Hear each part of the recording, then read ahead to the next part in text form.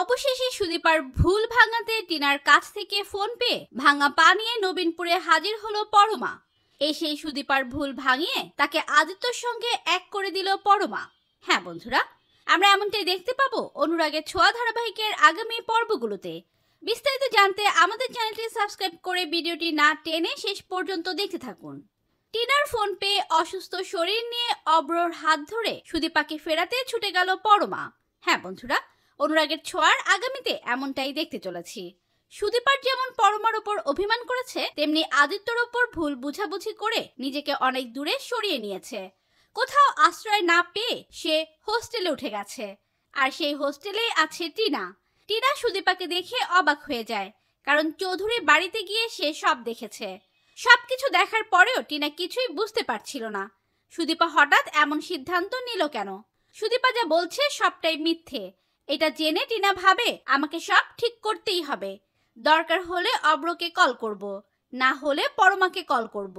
শেষমেশ সিদ্ধান্ত না পেয়ে টিনা অব্রকেই কল করে বলে যে সে পরমার সাথে কথা বলতে চায়।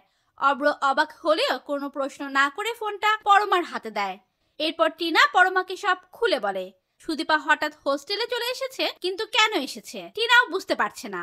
পরমা এই কথা শুনে দুশ্চিন্তায় পড়ে যায়, কারণ সেও জানে না আসল ঘটনা কি। কোনো কিছু না ভেবে পরমা বলে, আপনি চিন্তা করবেন না, আমি এখনই আসছি। এই কথা বলেই পরমা সবটা অব্রকে জানায় এবং বলে তাকে এখনই সেখানে নিয়ে যেতে। অব্র নিজের বোনকে নিয়ে দুশ্চিন্তায় পড়ে, তাই দেরি না করে অসুস্থ পরমাকে নিয়েই বেরিয়ে পড়ে সুদীপাকে ফেরাতে। হোস্টেলে পৌঁছে পরমার অবস্থা দেখে সুদীপা ভয় পেয়ে যায়। সে জিজ্ঞেস করে, পরমা তোমার কি হয়েছে, তোমার এই অবস্থা কেন?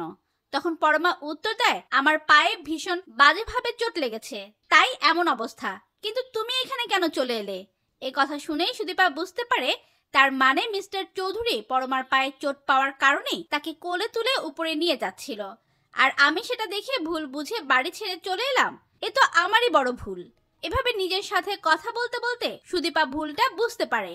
এরপর সে পরমাকে বুকে জড়িয়ে ধরে বলে, আমি এমনিতেই রাগ করে চলে এসেছিলাম, চলো এখন আমরা সবাই বাড়ি ফিরে যাব। এই কথা শুনে পরমা ও অব্র দুজনেই খুশি হয়ে যায়।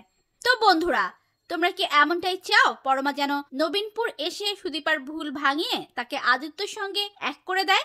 কমেন্ট করে জানিয়ে দাও তোমাদের মতামত। ভিডিওটি ভালো লাগলে লাইক, কমেন্ট, শেয়ার করুন। আমাদের চ্যানেলে নতুন হয়ে থাকলে চ্যানেলটি সাবস্ক্রাইব করে রাখুন, যেন অনুরাগের ছোঁয়া ধারাবাহিকের যে কোনো নতুন আপডেট সবার আগে পৌঁছে যায় আপনাদের কাছে। ধন্যবাদ সবাইকে।